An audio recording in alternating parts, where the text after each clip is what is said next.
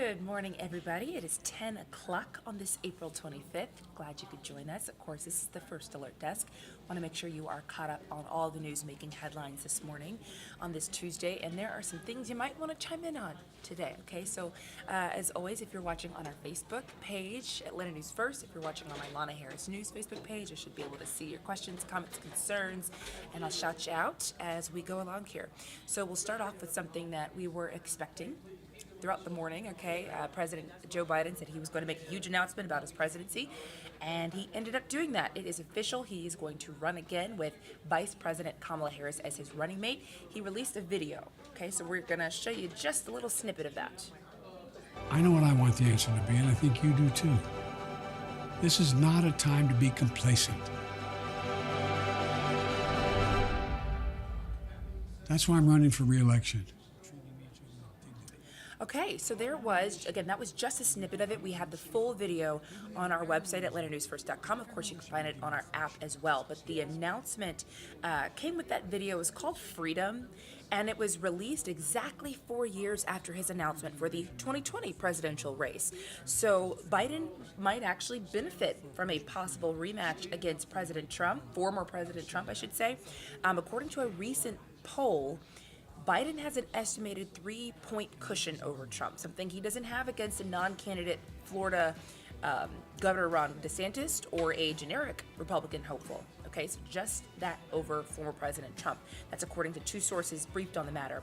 Now, Biden is reportedly going to name Quentin Fulks as his deputy campaign manager. Fulks ran Senator Raphael Warnock's successful 2022 campaign. So he is, of course, hoping for a successful re-election bid, of course. So are the other candidates here. So again, if you'd like to see that full video, we have that for you on our website at LanaNewsFirst.com. And we'll be sure to stay on top of it as more people enter the race. We're 1 year away now, folks. So speaking of former President Trump, he is also in the headlines this morning as well, but almost indirectly. So what happened here is, this is developing. Of course, a lot of people have heard of the court case against former President Trump that our district attorney, Fani Wilson in Fulton County, is considering bringing charges against him. So developing this morning, we now know that she has put area law enforcement on standby for possible arrest this summer when she announces those charging decisions. And it is at least sound like she is referring to the case that she's building against former President Donald Trump. So we'll give you a look here. She did not name the former president. That is important. But her letters to local law enforcement agencies suggest that she is planning to seek charges against Donald Trump. The letters to the Fulton County Sheriff, Atlanta Police Chief, and others reveal that between July 11th and September 1st, law enforcement should be ready for heightened security and preparedness because of her charging announcement. Quote, may provoke a significant public reaction. Now, this happening, of course, after a Fulton County special grand jury met for months to investigate whether Georgia laws were broken relating to interference with the 2020 election. So everyone's been waiting to see if Mr. Trump or any of his surrogates will be criminally charged here. The Atlanta Police Department confirmed they did get Willis's letter. They did say officers will stand ready for any potential unrest. And we actually spoke with Atlanta Defense Attorney Joshua Schiffer about all of this, and he says this could be a squeeze tactic by the district attorney. We'll let you hear what he said about it. Fani Willis's letter is a warning shot. It's a messaging tool. Fani Willis releasing this letter tells everyone she's going to be bringing charges, and almost certainly the former president of the United States, Donald Trump, is going to be named in an indictment. Okay, so Trump's attorneys, we can tell you, have filed a motion asking the judge to dismiss Fani Willis from the case and throw out any evidence compiled by this special grand jury. We're, of course, staying on top of this for you here at Atlanta News First. And as any new developments come in on this, we'll be sure to alert you on our website, LanaNewsFirst.com, of course, on air as well. Looking at the Facebook comments, Mr. Gary Lynch, you said, I'm assuming in reference to President Joe Biden's announcement, you can't even walk. How do you think you're going to run for president? And we actually talked about this a bit on the news. President Biden's age is something that is being held against him as he's running, with both Democrats and Republicans, and anybody kind of considering who they might want to vote for. That is something that he is going to be up against, as experts say. So, of course, we'll continue to stay on top of that for you. So we have had this one in the news for quite some time now, months now. the police training facility that is proposed and pretty much looks like it's going to be a go. Students are now protesting this facility. It's this controversial future public training facility that's in DeKalb County. These students are demanding that the university cut ties with that area that some people are calling Cop City. So we'll show you this. These are the students protesting. Emory students gathered yesterday in opposition of this development. And there were similar rallies at Georgia State University, Morehouse, Spelman, Agnes Scott, all of those. And this morning, Emory and Georgia Tech students actually held breakfast events on their quads to raise awareness about this. Now, Atlanta Mayor Andre Dickens has been adamant that this project is moving forward, that it's something the community needs. Students are urging their schools to take an official stance against it. So you're seeing some renderings there of what that potential project might look like, and that's, of course, the site where it would be built. Lots of twists and turns and, just drama surrounding this training facility right now. That's the video where there was a protester who was shot and killed by Georgia State troopers after allegedly shooting at them first. So, of course, we have been there every step of the way following this, and we'll, of course, continue to do that for you. Our next story here, unless you've been living under a rock, you've probably heard about this because, no matter which major network you've been watching, you probably know one of these guys. Tucker Carlson, Don Lemon, both fired yesterday within hours of each other. So we got some information on how this happened and what happened here. Oops, sorry about that. Changed the wrong one. So we'll talk about Tucker Carlson first. And, of course, he was the host of Fox's 8 p.m. hour. It was an unexpected announcement. It came 1 week after Fox News settled a blockbuster defamation lawsuit with Dominion Voting Systems. That was the lawsuit where they said, hey, Fox News knew they were lying when they said Dominion's voting systems changed votes, and they settled out of court just under $800 million settlement. Okay, so in this media release about Tucker Carlson, Fox News thanked him and said his last show was actually Friday, April 21st, so it happened already. So let's talk about Don Lemon. Now, he hosted 17 years on CNN, and he said he was terminated from the network and was stunned about this. So he says, quote, after 17 years at CNN, I would have thought that someone in management would have had the decency to tell me directly. CNN responded saying, quote, Don Lemon's statement about this morning's events is inaccurate. He was offered an opportunity to meet with management, but instead released a statement on Twitter. A lot of people talking this morning over whether just a coincidence, that this happened within hours of each other, both major figures for both networks. I won't speculate, but I will give you a gorgeous shot of our city. This is Centennial Olympic Park, looking all good today. Apparently this is like the last day it's gonna look good for a while.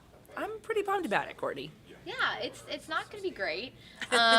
We do have a handful of changes that are on the way, and I totally told you the wrong thing for my weather graphic, so I'm going to change that really quick while I talk to everybody. Good morning, everyone, because I change computers all the time that have my graphics on it, so sometimes it just gets confusing. All right, let's change that. But in the meantime, hope everyone's had a great day so far. The weather has been great the past several days, so it had to change eventually. Can't just stay nice forever, especially in the springtime. So let's talk about what we are going to conquer today. It'll be beautiful. We'll see mostly cloudy skies, so you will notice clouds starting to build, mainly high clouds. That happens when you have weather systems approaching the area. You get some high passing clouds. Those are signs of pattern changes, which we will have quite the pattern change very quickly. That is going to stick around for pretty much the rest of the week. We have a handful of first alerts to talk about, so let's get to it. By the way, I'm First Alert Meteorologist Courtney Jacobazzi. Just in case you are new to our channel, hope you've had a wonderful day. All right, so today again we are going to have another mild day. What you're going to notice most about the afternoon that's different from yesterday, again, it's just the extra cloud cover, but no rain today. So if you have lunch plans outdoors, if you were trying to give the dog a walk today, if you were maybe heading to Truist Park tonight, you don't have to worry about any rain. Temperatures will stay pretty mild in the 60s through the first half of the day, and we'll top out near 70 degrees ultimately later this afternoon.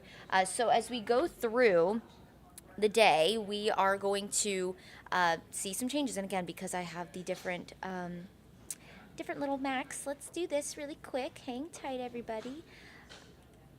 Let me see. I grabbed the wrong little clicker too. Guys, I'm really, really prepared today, clearly. So let's do this. Alrighty, beautiful. Now we're rocking and rolling, aren't we? Alrighty. Lana, I'm really falling behind. Okay, now we're gonna get moving. All right, sorry everyone. Thanks for battling this with me. Through the day today, it'll be really nice. Through the overnight hours, lows are gonna drop into the upper 40s and low 50s, so not quite as cold. Some spots this morning dropped into the 30s. It was so cold, especially up towards Clayton and Ellijay and the Blue Ridge Mountains. It was freezing up there this morning, but as we go through the overnight tonight with the extra cloud cover around, we're actually gonna have a warm front start to lift through the area the next couple of days. That's going to keep us a little more mild for the morning. That's actually average for this time of year, low 50s. Now we do have a couple of first alerts. We're going to start with the ones for Wednesday and Thursday.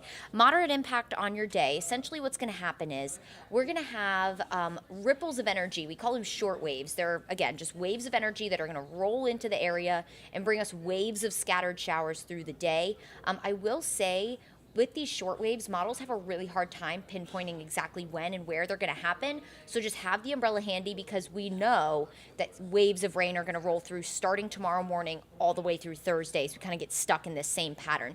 Could have a few storms, especially Thursday afternoon. Maybe could have a strong to severe storm. We don't have any kind of Storm Prediction Center outlook, so no organized threat is where I'm getting at, but we'll watch for that. And we're going to stay unsettled, unfortunately, all the way into the weekend. This is what's going on right now. We have a weather system that's draped across the southeast, kind of laying over the Gulf Coast, and notice all of the rain out ahead of that low. Those are those little waves of energy that are kind of spreading across the southeast, parts of the central United States. Those are going to make it our way over the next couple of days. But in the meantime, we are dry. We just have some extra cloud cover out there, and that's how it'll stay for the day today.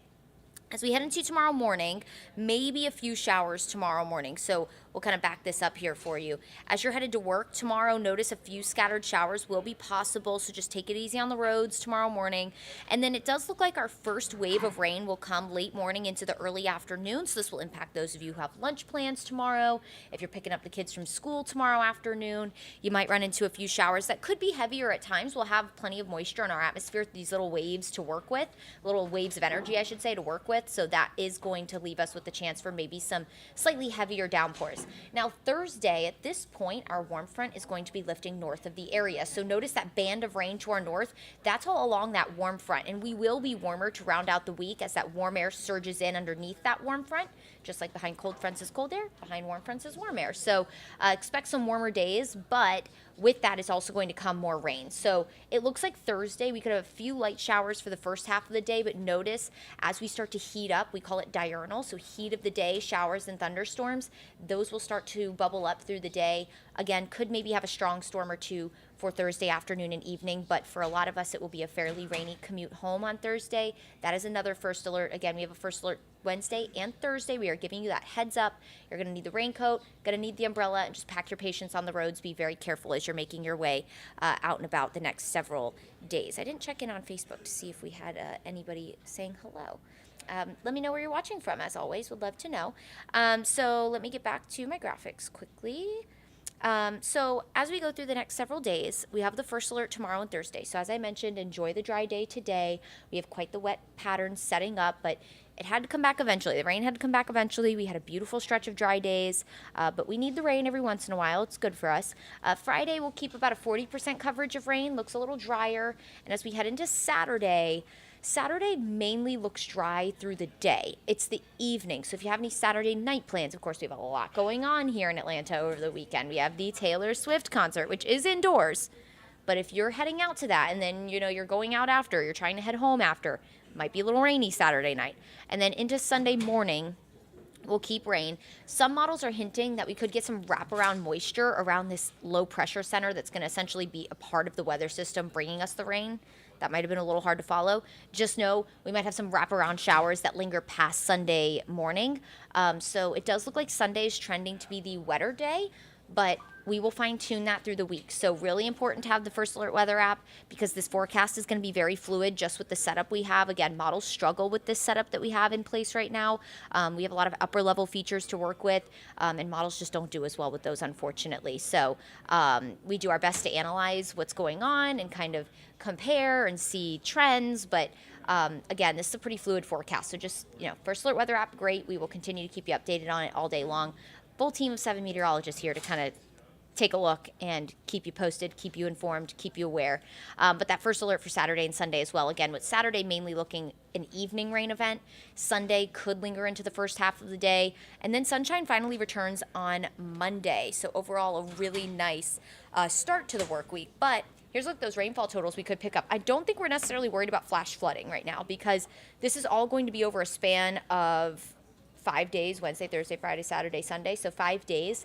If this was all falling in 12 to 24 hours, maybe we would worry about some flash flooding, but I don't think flash flooding will be a concern. Could pick up 1 to 2.5 inches of rain. So here's a look at Atlanta's most accurate 7-day forecast. Today, partly to mostly cloudy. You'll see a lot of high clouds out there, temperatures near 70 degrees. And then as we head into Wednesday and Thursday, temperatures will be near 70. We'll start to increase that coverage of rain. We'll get little just impulses to move through the area that will bring us a chance for showers and storms, especially Thursday afternoon. We'll be looking for thunderstorm activity. Can't rule out a rumble of thunder to Wednesday, tomorrow evening. And then as we head into Saturday, a cold front moves through the area. Timing on that still needs some work, but we're going to keep the first alert Saturday. If it looks like that front shifts into Sunday, then we'll drop the first alert for Saturday and leave that just on Sunday. But again, a fluid forecast that we'll be working on for you. But most importantly, we bookend the 7-day with sunshine today and Monday to start next week.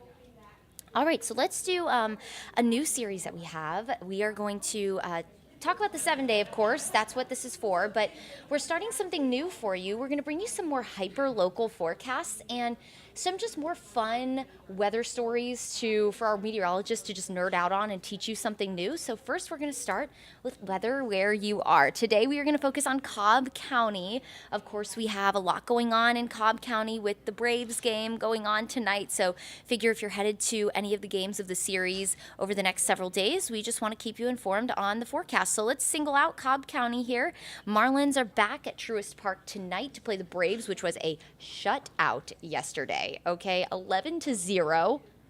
Yeah, that's a high-scoring baseball game. And for the Marlins to not even score one, go Braves is all I have to say. Dry tonight, passing showers Wednesday and Thursday. Temperatures for all few nights, the rest of the 3 nights, tonight, Wednesday, and Thursday will generally be in the 60s. But so again, Tuesday should stay dry. If you're heading to Truist Park tonight, game starts at 7:20. It'll be great. And then here comes the rain for Wednesday. Again, we have that first alert on Wednesday. Passing showers starting early in the morning could impact your morning commute. The game tomorrow night is at 7:20 in the evening, so we'll take you forward into the evening hours. Where, again, we could have a few showers. I think by the end of the game, it looks like we start to have a bit of a drier trend. So here's 8 o'clock right after first pitch. I think we start to trend drier for the evening hours, but there could be a few showers around as you're leaving work and heading to the game on Wednesday, if that's when you plan to go. Thursday, a bit of a different story. We'll start the day a little drier, and then as we head into the evening hours around first pitch, here's 7 o'clock. Could be a rainy game. Are we going to go and say, oh, Thursday's an afternoon game, isn't it? Thursday's a 12:20 game. So maybe a few showers by the end of the game as you're leaving the park, but overall should be fairly dry. I almost forgot that Thursday's an afternoon game. So just expect the chance for a few passing showers, especially for Wednesday's game, tomorrow's game, on the front half of the game, and then Thursday, maybe in the middle of the game, a passing shower. And if you plan on maybe having dinner at the Battery after that game, rain will roll through by the early evening. Here's a look at the Braves forecast tonight. If you're heading to Truist Park, maybe again to grab some dinner before, near 70, 8 o'clock tonight, right after first pitch, mid to upper 60s, mostly cloudy, and then dry and mid 60s by 10. So if you want to bring a light jacket, you can. That might be mild enough for you not to have a light jacket. Here's a look at the forecast for the next couple of days. So for Wednesday night's game, again, showers early, so right around first pitch, could have a few passing showers, but it does look to dry out through the rest of the night. And then Thursday's 12:20 game, a few showers will be possible as well. So we'll be watching that with temperatures again in the 60s. So that is weather where you are. For those of you in Cobb County, prepare for the rain, and that really goes for everybody. But if you're going to Truist Park to head to the Braves game, whether it is tonight, it's going to be dry, but Wednesday and Thursday, a few passing showers will be possible, especially for Wednesday, the first half of the game, and then for Thursday, maybe during the middle of the game, could have a couple of showers. So I would pack that umbrella, probably not the umbrella, you can't bring that in Truist Park, right? The raincoat, that would probably be a good idea. All right, everyone. I hope you have a wonderful day today. Enjoy the sunshine because obviously we are heading into quite the wet pattern over the next few days. Have the umbrella and the raincoat handy. You'll definitely need it, and we'll be sure to keep you posted on that forecast throughout the week. Make it a great day.